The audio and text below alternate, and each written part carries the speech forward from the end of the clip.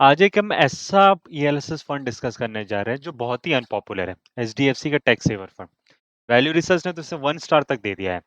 इसके अलावा जो दूसरा मेजर है मॉर्निंग स्टार, उसने 2 स्टार दिया है, पेटीएम मनी की उसमें अगर आपको दिख रहा होगा। तो ऐसा फंड मैं क्यों डिस्कस कर रहा हूँ कि जो बहुत ही अनपॉपुलर है। इसको जानने के लिए आप वीडियो एंड तक देखते रहिए, क्योंकि मुझे लगता है फ्यूचर में अच्छा परफॉर्मेंस दे सकता है। आज के फंड रिव्यू करने से पहले मैं आपको ये बता देना चाहता हूँ कि हमारी वीडियो बाकी वीडियो से डिफरेंट कैसे है। पहला, कि लोग म्यूचुअल फंड रिव्यू में बहुत सारे फैक्ट्स बताते हैं जो आप आराम से खुद से पढ़ सकते हैं, लेकिन वो ये नहीं बताते कि वो चीज़ आपको कैसे इफेक्ट करेगी, कैसे उसका एनालिसिस क्या है। तो हमारे वीडियोस में आपको उसका एनालिसिस मिलेगा, जैसे risk ratio, fund manager change हुआ है, फंड मैनेजर का कितना साल का एक्सपीरियंस है, एटसेट्रा। दूसरा, लोग बहुत सारे स्कीम डिटेल्स पर फोकस करते हैं जो आपके पास ऑलरेडी अवेलेबल है। हम क्या करते हैं, बस उन्हीं स्कीम डिटेल्स पर फोकस करते हैं जो आपको इफेक्ट करती है, जैसे एक्सपेंस रेशियो, एयूएम, एटसेट्रा। तीसरा इंपॉर्टेंट पैरामीटर है कि लोग बहुत ज़्यादा पास्ट परफॉर्मेंस पे फोकस करते हैं, जैसे कि पास्ट परफॉर्मेंस फ्यूचर में क्या परफॉर्मेंस है वो दिखाएगा, लेकिन ऐसा नहीं होता है।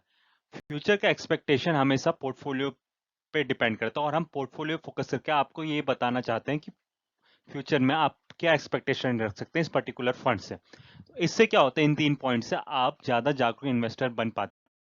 इसकी एक बात जो मुझे अच्छी लगी, वो है कि उन्होंने बेंचमार्क सही ले रखा है, निफ्टी 500 टोटल रिटर्न इंडेक्स, जो कि अभी का इसका प्रॉपर बेंचमार्क है। क्योंकि बहुत सारी एलएसएस फंड्स मैंने देखा है कि निफ्टी 50 या निफ्टी 100 को अपना बेंचमार्क लेते हैं, जो ट्रू पोर्ट्रेयल नहीं है। तो कम से कम इन्होंने इस चीज में ऑनेस्टी दिखाई है।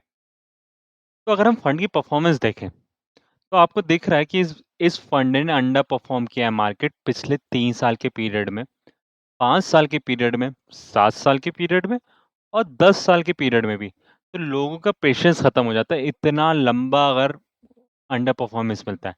लेकिन अगर आप टोटल हिस्टोरिकल टाइमलाइन देखें, तो इसने आराम से अपने बेंचमार्क को बीट कर रखा है। और पिछले 1 साल का भी परफॉर्मेंस देखेंगे ना, तो ये उतना नहीं गिरा है जितना इसका बेंचमार्क गिरा है। तो क्या होता है ना, कभी-कभी ऐसे म्यूचुअल फंड ग्रो करने लगते हैं जो बहुत ज़्यादा ग्रोथ पे बेट करते हैं, और टाइम ऐसा चल रहा होता है कि इंटरेस्ट रेट एनवायरनमेंट कम होता है। पिछले 1 साल में क्या है हुआ है कि इंटरेस्ट रेट एनवायरनमेंट रिवर्स हो चुका है, कि इंटरेस्ट रेट अब बढ़ने लगा है। तो अगर आप इसके शॉर्ट टर्म टाइम पीरियड्स देखेंगे ना, तो इसमें हर बार इसने अपने बेंचमार्क को बीट करा है। क्यों? क्योंकि इसका फोकस थोड़ा वैल्यू इन्वेस्टिंग साइड है।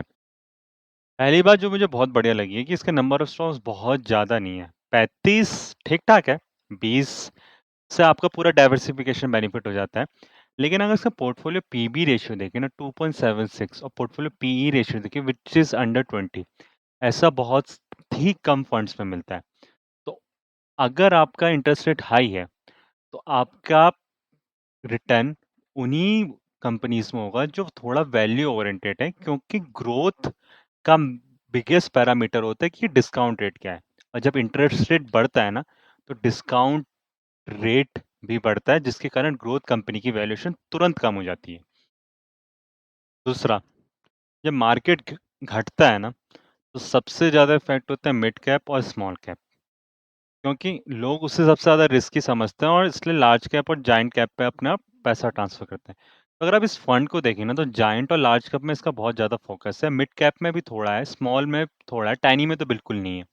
लेकिन आप कैटेगरी का देखेंगे ना, कैटेगरी रिटर्न बढ़ाने के लिए मिड कैप और स्मॉल कैप पे ज़्यादा फोकस करिए। तो ऐसे टाइम पे जब बहुत ज़्यादा वोलेटिलिटी है, आपका हायर मार्केट कैप में होना ज़्यादा बेटर है। तो वो ये फंड आपको प्रोवाइड करता है।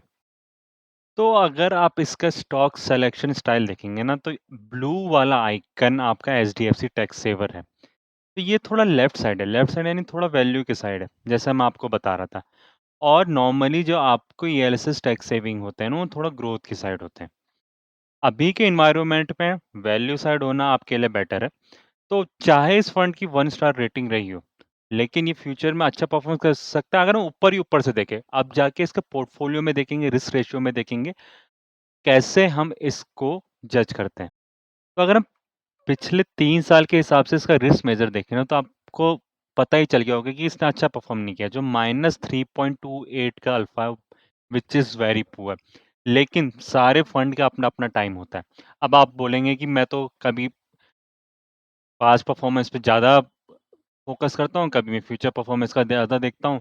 लेकिन कुछ लोग अपना एक पर्टिकुलर आइडियोलॉजी चेंज नहीं करते हैं। तो एचडीएफसी टैक्स सेवर भी एक ऐसा ही फंड है जो मुझे अच्छा लगा, इसलिए मैं उस पे फोकस कर रहा हूँ। फाइनली इसका पोर्टफोलियो एलोकेशन देखेंगे तो ICICI bank, HDFC bank, state bank of India financial top 3 में आपके 2 तो फाइनेंशियल है। तो जब इंटरेस्ट रेट बढ़ रहा होता है ना, तो जो प्राइवेट बैंक्स होते हैं और सरकारी बैंक भी होते हैं, बहुत जल्दी इंटरेस्ट रेट ट्रांसफर कर देते हैं। अगर आपका एचडीएफसी या आईसीआईसीआई में कोई लोन होगा तो आपको पता चल रहा होगा। लेकिन जब इंटरेस्ट रेट घटता है तो वो उतना जल्दी बेनिफिट ट्रांसफर नहीं करते। तो आपका सेविंग का रेट वैसा उतना नहीं बढ़ा होगा जितना आपका लोन का रेट बढ़ गया होगा। तो इससे क्या होता है कि बैंक को ज़्यादा फायदा होता है।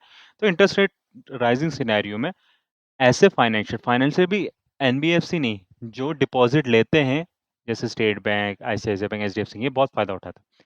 तीसरा भारतीय एयरटेल। भारतीय एयरटेल का इसलिए फोकस है क्योंकि अब ये डुओपोली जैसा हो गया। डुओपोली क्या मतलब, एक तीसरा आइडिया भी मान लेते हैं।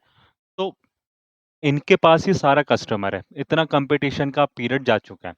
एनटीपीसी का पैरामीटर्स आते हैं, जैसे पीई का मैं महिंद्रा एंड महिंद्रा का भी ठीक है, एचएएल हिंदुस्तान एरोनॉटिक्स का भी पीई कम है। तो आपको सारे ज़्यादातर पीई कम वाले दिख रहे होंगे, बस कुछ ही हैं, जैसे लाइफ इंश्योरेंस कंपनी है एसबीआई की, और भारतीय एयरटेल। लाइफ इंश्योरेंस कंपनी को एम्बेडेड वैल्यू पे करते हैं, तो पीई पे उस पर उतना फोकस नहीं होना चाहिए। तो ओवरऑल बेसिस कोई भी आपको ऐसा फंड, आपको एक ऐसा स्टॉक नहीं दिख रहा जो अंधाधुंध वैल्यूएशन का, जैसे एशियन पेंट, एचयूएल, आपका ये क्या, एवेन्यू सुपरमार्ट्स एटसेट्रा। तो ये थोड़ा बहुत बैलेंस्ड है, इसमें आपको कोई भी वैसे आपको नहीं दिख रहे। तो अभी कह सकते हैं कि इसने जो पोर्टफोलियो चूज किया है वो काफी वैल्यू ओरिएंटेड है, जो मैं आपको पहले से बताते आ रहा हूँ। एक चीज जो इसकी नेगेटिव है कि दोनों फंड मैनेजर बहुत ही नए हैं इस फंड को मैनेज करने के लिए। तो पास्ट परफॉर्मेंस और फ्यूचर परफॉर्मेंस की कोई गारंटी ही नहीं है, क्योंकि फंड मैनेजर चेंज हो गया है तो उनका फंड का थीसिस तो सेम होगा, लेकिन थोड़े पर्सनल बायसेस आने लगते हैं।